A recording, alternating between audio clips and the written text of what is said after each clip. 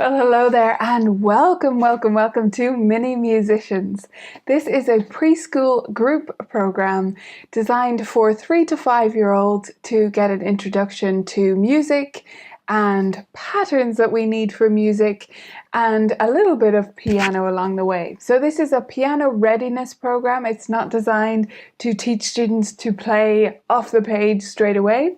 It's designed as an exploration which incorporates the piano as well as other musical components, listening, rhythm, and other elements that students need to be really successful once they start formal music lessons. So Mini Musicians is for 3 to 5-year-old students, and most teachers will want to do this in groups of 4 to 8. Anything larger than that and it can become a little bit unmanageable at this age group for just one teacher, but if you want to have 2 teachers in the room, then make your group bigger to suit the number of teachers as well. So Mini Musicians is designed to be flexible for you. It's not a complete prescription. It provides everything you need so that you can set up a class that you want to run. If you want your classes to be only 30 minutes a week, then this will fit in just fine. If you want them to be an hour, that will be fine too. If you want to run them for only 20 weeks out of the year, that's okay. If you want to do all 40 weeks in the 1 year, then you can. The full program is 40 weeks long, but you can take breaks in there as you need. Mini Musicians is only available as part of Vibrant Music Teaching membership. So this isn't available anywhere else, and as a member of Vibrant Music Teaching, you'll get full access to everything you need for this program, as well as everything else in the library. Let's dive in and take a look at each element of the Mini Musicians program so that you can understand how it's all structured. Every Mini Musician lesson is structured in exactly the same way. It has 4 core components, 3 optional components, and then a quick little cool down at the end where we calm everyone back down and get them ready to go back to their parents. The 4 core components are oral, technique, rhythm, and theory, and they go in that order every week. I recommend that you don't switch the order around because 3 to 5-year-old students really need to be able to predict what's going to happen. They need to be able to follow the structure so that they get used to the routine and it helps them to track the time. Otherwise, you're going to get a lot of those questions of, is it almost time to go yet? Are we finished yet? Is it time for this? Is it time for that? The more predictable you can make it, the better it will be as an experience for your students because they'll be able to follow where you are at all times and feel secure and comfortable in this environment. So we start every week with oral work, and this consists of some kind of vocal exploration and then a song. So the first vocal exploration, we do funny animal sounds and we also explore solfa. So there's a mixture in there. It only takes a couple of minutes at the start of every lesson, but it means that students, especially the ones who can't really find their singing voice yet, not all students at this age can. So this will help them to find their singing voice, explore pitch, and learn about solfa along the way just by rote. So they're not actually reading any sight singing exercises or anything like that. That will come much later down the track. But for now, it's great for them to experience solfa and sing along with you and learn about the different pitches of the scale. After our oral warm-up, we do a song, which is always a folk song inspired by a Kodai approach to folk song singing using the pentatonic scale mostly for most of the year. After our oral component, we go to technique. Now, the approach I've taken to technique here in Mini Musicians is to only ask students to play the piano with finger 2 for the entire year. I've found that a lot of programs rush students to use all 5 fingers, and it's not really developmentally appropriate at this age, especially in this context where students are not doing a lot or any practice at home. It's not that traditional structure of weekly lessons and daily practice.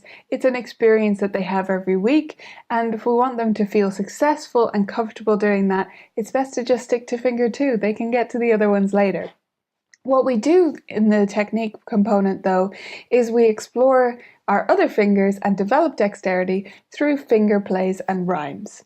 So we'll explore different finger plays throughout the program and learn about the finger numbers through those, as well as moving the fingers independently. These finger plays also help students to develop a sense of the steady beat as we chant them rhythmically. So it's like a little finger dance, and it's great for developing lots of different important skills that they need to be successful in music and life, right? So in that technique component, we explore away from the piano all of our fingers, and then at the piano we only ever do what I call key flops. That's where we're falling into the key with finger 2. So they get the full year to practice using their whole arm to play, which is so important for them developing great technique down the track. After our technique component, we have rhythm, and we explore rhythm in several different ways. So we do lots of marching to the beat, moving, including moving with scarves, passing beanbags, stuff like that, to feel the beat and move along with it. The other thing we do in the rhythm component is we do gradually introduced rhythm notation. They're not reading this on staff or anything like that, it's just independent rhythm notation, but they do learn about crotchets and quavers, or that's quarter and eighth notes to those of you in the US, and they learn what those look like so that they get that little bit of a head start when it comes to reading notation later on. After our rhythm component, we have theory, and this develops from mostly learning the piano keys. It can take students at this age a long time to actually learn where all the piano keys are and be able to find them quickly and confidently. And through exploring this for the whole year through games and through a technique warm-ups, you'll have students who know their piano keys backwards and forwards, as well as being able to apply the alphabet forwards and backwards as well, which helps them with on the staff reading later on. So students in the theory component will learn about the piano keys, they'll learn to recognize patterns in the alphabet, and we'll also explore some important concepts like same and different through listening exercises, loud and soft, high and low, and associating those with the piano as well. So where does high live and where does low live? Those are our 4 core components.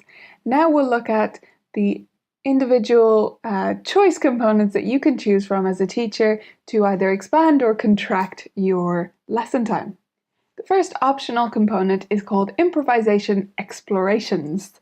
So each of these optional components will take 10 to 15 minutes of lesson time depending on how fast you move and also how many students you have. Smaller groups tend to move faster through things, bigger groups tend to take longer, especially if you only have the 1 piano or even 2. So in Improvisation Explorations, what you'll be doing is using images and patterns to explore different landscapes or scenery.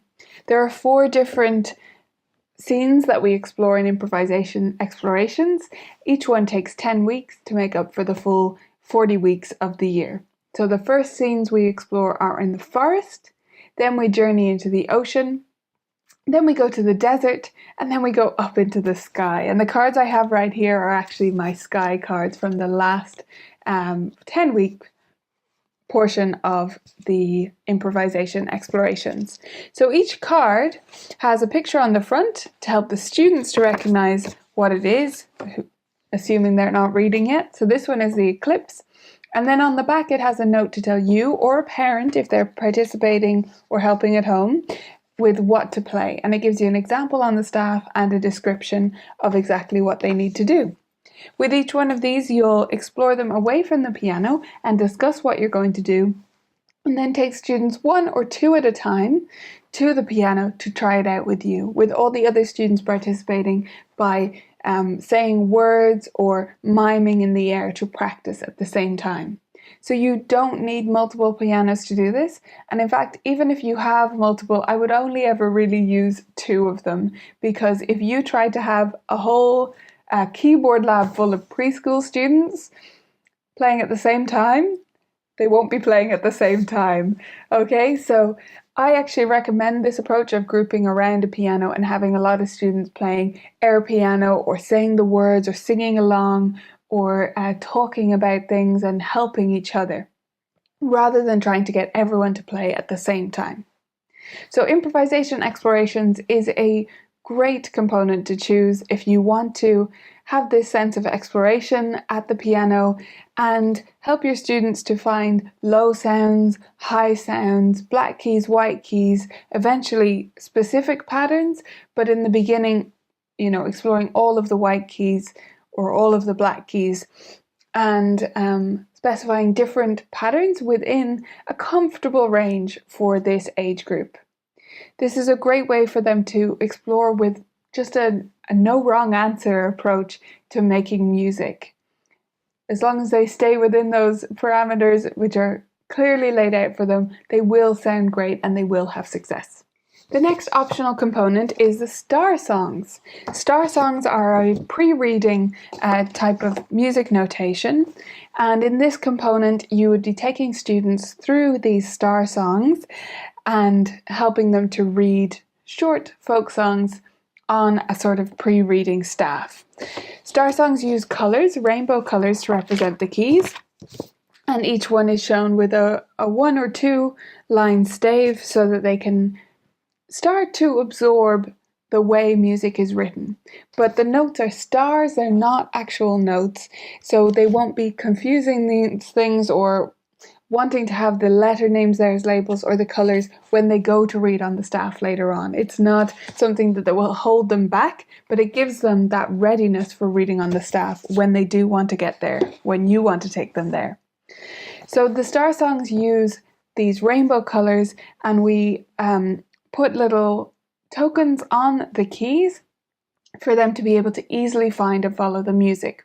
And through this, they're learning to read from left to right and learning to associate one symbol with one sound and all of these beginning concepts that do take a while to develop in preschool lessons.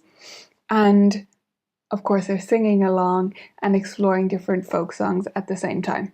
The last great option I have for you is called Listening in Colour. And this is, as you might have guessed, a listening portion of the lesson that you would spend exploring 2 different pieces of music in this first year. So we explore for most of the year the Carnival of the Animals, and then after that we do Peter and the Wolf. This section comes with these great workbooks that you can use to walk through. So this is the Carnival of the Animals one. And it's called Listening in Colour because there's lots of colouring.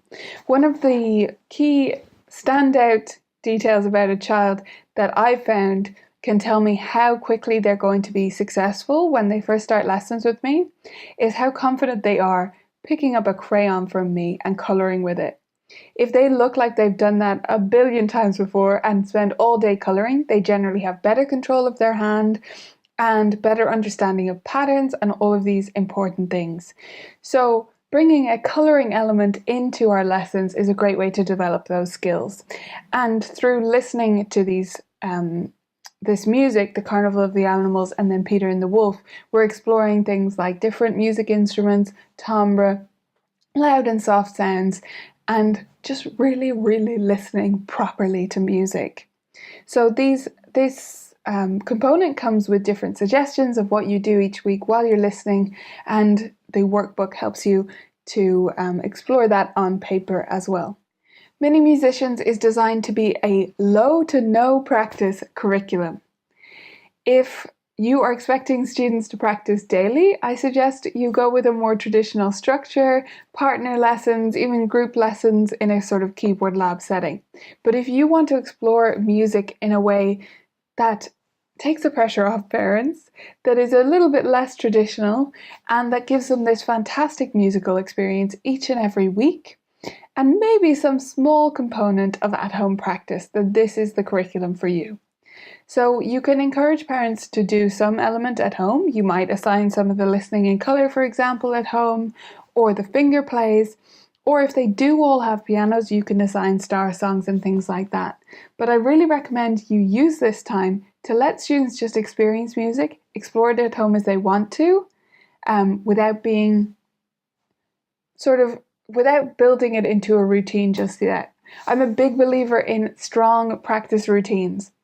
But taking that completely out of the picture for the first year or two of a young child's development in music can be a fantastic thing, and it can be just what particular families need. Some families will do very well with more traditional lessons with daily practice, and parents will be so up for that. But not all parents are, and not all parents are clear on what their different options are. So if you make it clear that this is for them, if they can't imagine being a full-time practice coach, which is what they're going to be if they have their 3 to 5-year-old in lessons and need to do daily practice, they have to have a huge responsibility in that at home. Even if it's just a few minutes, it can be pretty overwhelming for them. So this is great for parents as a first introduction to music, and it can be a much better fit for a lot of families. As I said, you can structure the lesson any way you like. So it can be 30 minutes, it can be 40, it can be 45, it can be an hour. I've given you enough stuff there to explore for that amount of time every week, but you don't have to make it that long either. I have done group lessons with 3 to 5-year-olds of just 30 minutes a week, and we do get a lot done.